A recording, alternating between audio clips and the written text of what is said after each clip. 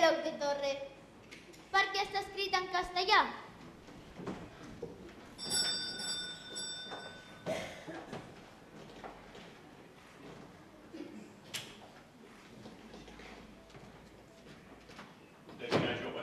Demano pel senyor Albert Villater.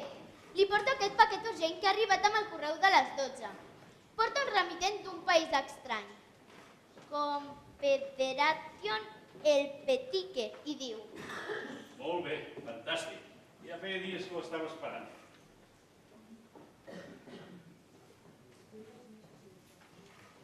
Potser si et dic que me l'envien des de Suïssa, ho tindràs més clar, oi, noi? Jo hi vaig néixer a Suïssa. Ah, Suïssa! En sé algunes coses d'aquest país, que és molt muntanyós, que hi fan la millor xocolata del món i que hi ha moltes vaques. Ara recordo també que a Suïssa hi ha els Alps, que són les muntanyes més altes d'Europa, amb el Mont Blanc com a cim culminant. Caram, noi, ja veig que tot això t'ho has après molt bé. No deixis mai d'aprendre. Pensa que, per molt que sàpigues, mai no en sabràs prou.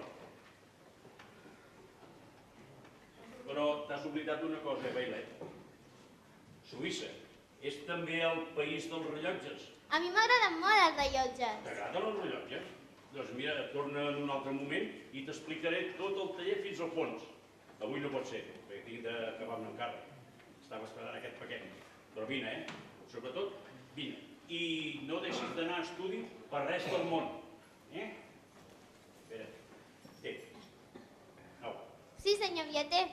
I moltes gràcies. Res, home, de res.